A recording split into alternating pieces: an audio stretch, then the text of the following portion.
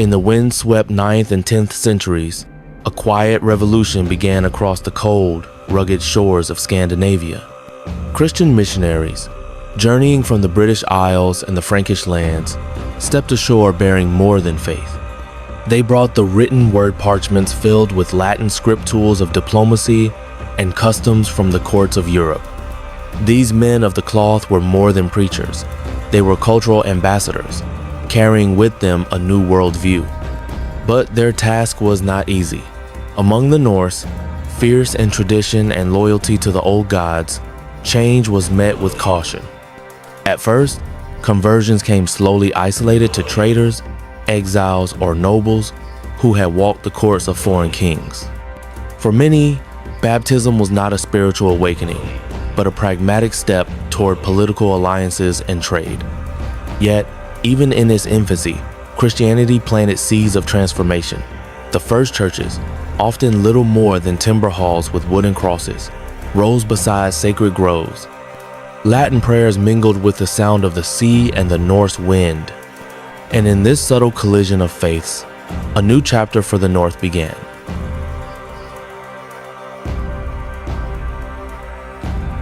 As the first whispers of Christianity took root along the coasts, a deeper shift began at the heart of Norse power within the royal courts themselves.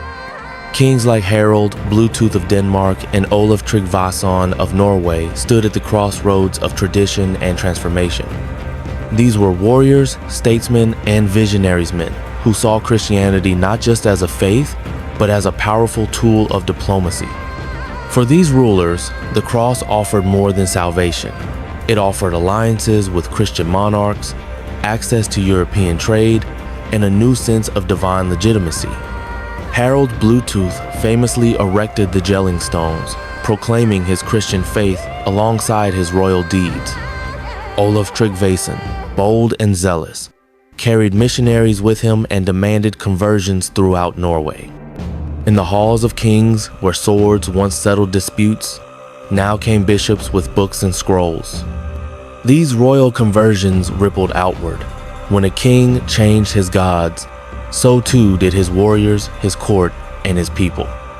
Resistance remained, but with the crown behind the cross, Christianity surged across the north. And thus, what began as isolated whispers became the new language of power and unity across Scandinavia.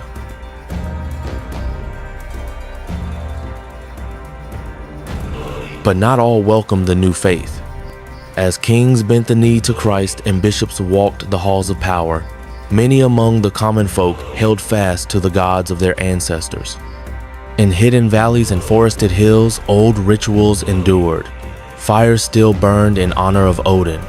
Offerings were laid before Thor's hammer.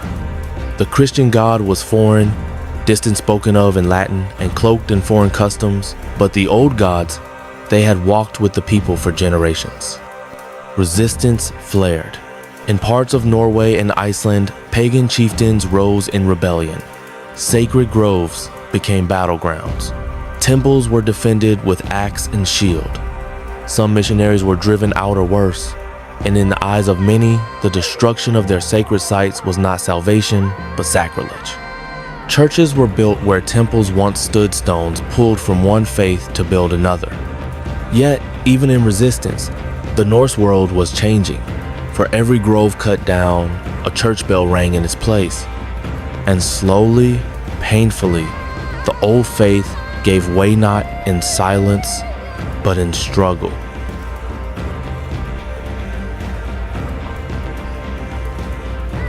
In time, resistance gave way to routine. As churches rose where groves had fallen, the rhythms of Norse life slowly aligned with Christian time. Baptisms replaced naming rights under the sky. Church bells marked weddings once blessed by the gods. And the dead, once sent off on burning ships or buried with offerings, now rested in consecrated ground beneath wooden crosses. With each season, the old festivals shifted. Yule, once a feast to honor the rebirth of the sun and the gods of winter, became the celebration of Christ's nativity.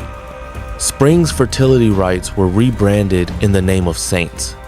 Christian priests learned to speak the language of the people, and in turn, The people wove their traditions into the new faith. The gods may have changed, but the fire remained. Faith was no longer just for kings or warriors.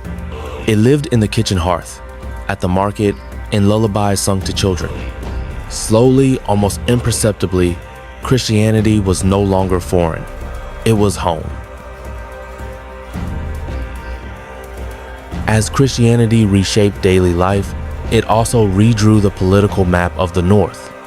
No longer raiders from the edge of the known world, Viking rulers now stood shoulder to shoulder with Christian monarchs of Europe. Alliances were forged not with axe and fire, but with ink and seal.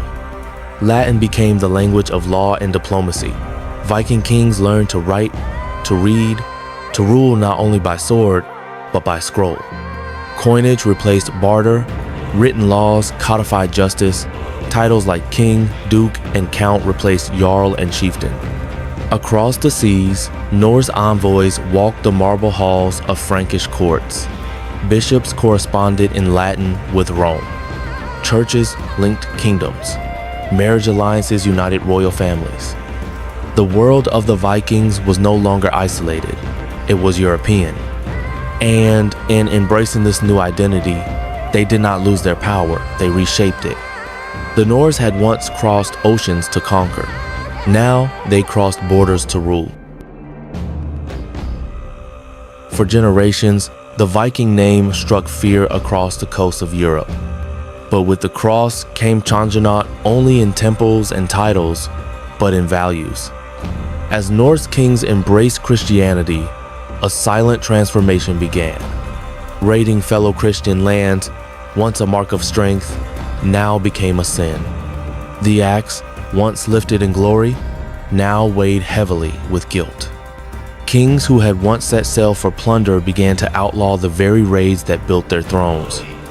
Instead of dragon-headed ships and burning villages, diplomacy became the new weapon. Trade routes replaced war paths. Markets flourished where war bands once landed. And as borders were drawn not by fire but by treaty, a new kind of power emerged built on permanence, not pillage. The age of Viking raiders faded, not in defeat, but in choice.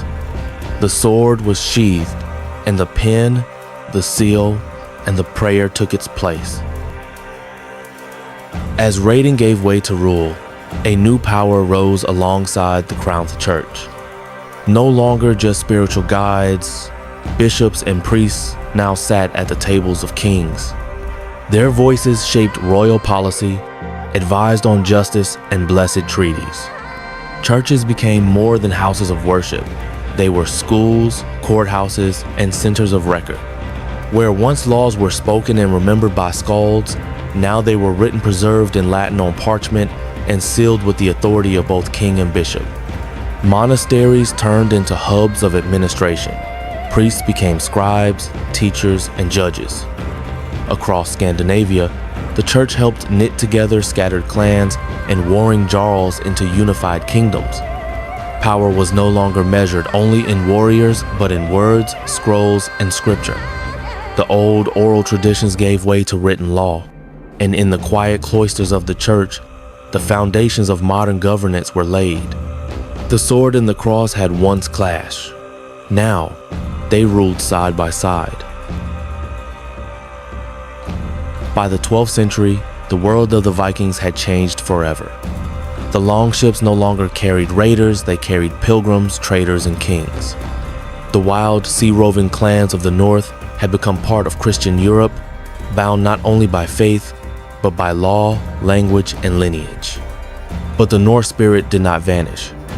In sagas told by firelight, Thor still rode his chariot across the sky, and now, so did angels with swords of flame. The myths and legends of the old gods were not forgotten. They were transformed, woven into the new tapestry of Christian storytelling. Feudal lords who ruled by divine right traced their line back to Odin. Churches bore runic carvings. Crosses stood where stones once spoke of giants. The Viking Age had ended, but its essence endured in stories, in bloodlines, in stone. The North was no longer just Norse. It was Christian, it was European, it was something new,